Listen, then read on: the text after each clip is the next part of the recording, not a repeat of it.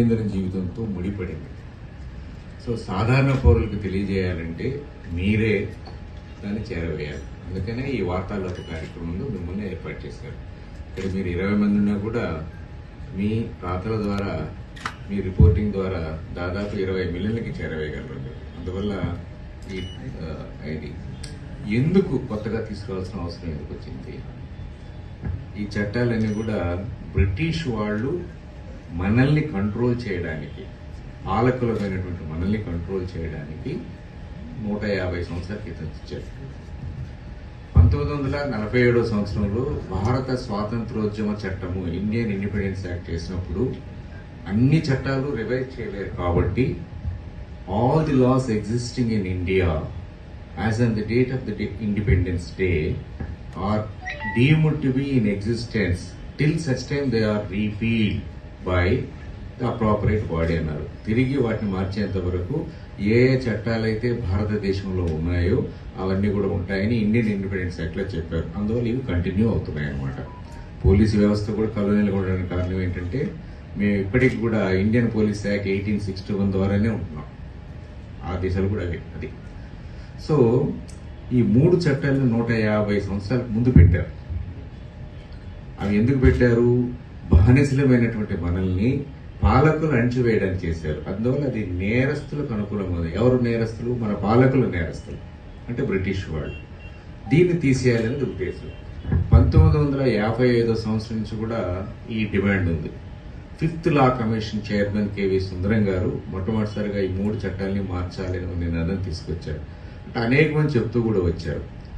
తర్వాత అటల్ బిహారీ వాజ్పేయి గారు ప్రధానమంత్రిగా ఉన్నప్పుడు అప్పటి deputy prime minister LK Advani గారు మలిముత్తు కమిటీ అని ఒక కమిటీని పెట్టారు. వాళ్ళు చాలా ఎగ్జాస్టివ్ గా స్టడీ చేసి చాలా సమగ్రమైన మౌలికాంశాలు మార్పులు తేవడం చక్కటి రిపోర్టు కూడా ఇచ్చారు.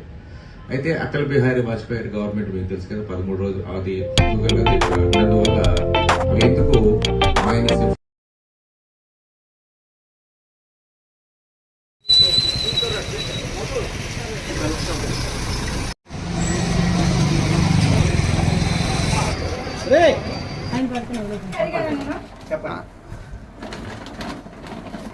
రానున్న ఈ కౌంటింగ్, ఎలక్షన్స్ కౌంటింగ్ దృష్టిలో పెట్టుకుని, అదేవిధంగా లా అండ్ ఆర్డర్ ఇష్యూస్ దృష్టిలో పెట్టుకుని వైజాగ్ జోన్ 2 పరిధిలో 3 ప్రాంతాల్లో సమస్యాత్మక ప్రాంతాలుగా గుర్తించినటువంటి కొన్ని ప్రాంతాల్లో కార్డినెంట్ సెర్చ్ చేయడం జరిగింది. చోట్ల ఈ యొక్క లిక్కర్ బాటిల్స్, అదేవిధంగా లూజ్ పెట్రోల్ ఇది కూడా సీజ్ చేయడం జరిగింది.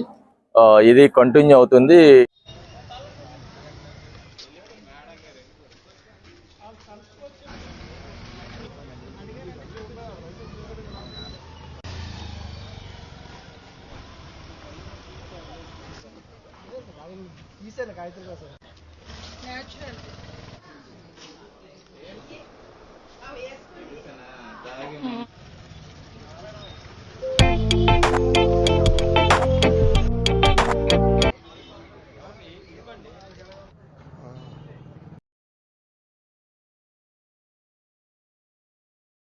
చెల్లిస్తారని మేము అడుగుతూ ఉన్నాను.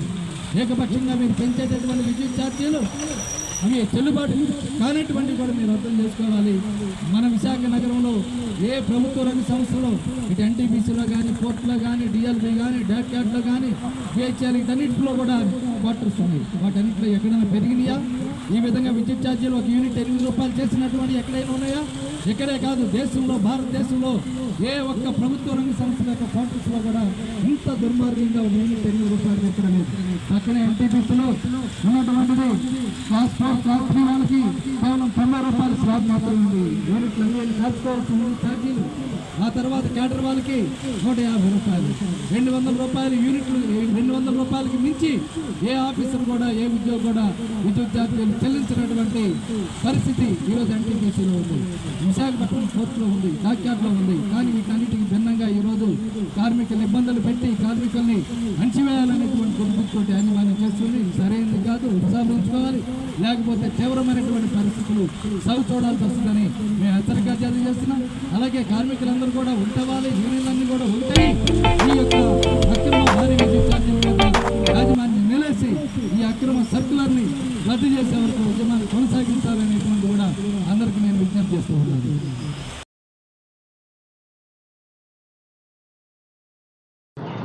అందరికీ నమస్కారం. నేను మీ శంకర్ దేవరా. 2024 విశాఖపట్నం ఎంపీ అభ్యర్థిగా పోటీ చేశాను. అయితే ఈరోజు 22వ వార్డులో గంజాయికి సంబంధించిన ఇన్సిడెంట్స్ చాలా జరుగుతున్నాయి. యువత అనేది చెడిపోతుంది.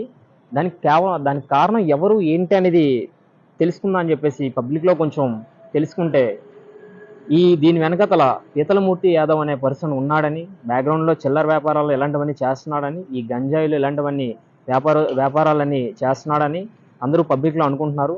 అనవసరంగా ఎవరి మీద నింద వేయకూడదని చెప్పేసి మనము దీని వెనకాల ఎవరున్నారో ఏంటో కనుక్కుందాం టైంకి పీతలమూర్తి యాదవ్ అనే పర్సను భయపడ్డాడో ఏంటో తెలీదు, వ్యాపారస్తులు ఇవన్నీ చేస్తున్నారు, అక్కడ దుకాణాలు పీకేయాలని చెప్పేసి జీవీఎంసీ కమిషనర్కి లెటర్ పెట్టారు. ఈ వ్యాపారస్తులు ఈ చిల్లర వ్యాపారాలు చేస్తున్నారని, మళ్ళీ మత్తు పదార్థాలు గంజాయి ఇలాంటివి అమ్ముతున్నారని చెప్పేసి క్లారిటీగా లెటర్ రాసి అతను సంతకం పెట్టి మరి లెటర్ పెట్టారు జీవీఎంసీ కమిషనర్కి. కానీ జీవీఎంసీ కమిషనర్ నుంచి ఎటువంటి నోటీసులు లేకపోవడం వల్ల దుకాణాలు సేఫ్ అయ్యాయి. అయితే ఈరోజు పీతలమూర్తి యాదవ్ అన్నాడు ఈ గంజాయి వ్యాపారం అనేది చేస్తున్నాడు అంటారా అనేది ఇప్పటికీ మిస్టరీగానే ఉంది. ఎవరికి బయటికి తెలియనంత వరకు అయితే మాత్రం అందరూ పబ్లిక్లో అనుకుంటే మాత్రం ఒకటే, అతను బ్యాక్గ్రౌండ్లో ఎలాంటి వ్యాపారం అనేది చేస్తున్నాడనే అంటున్నారు.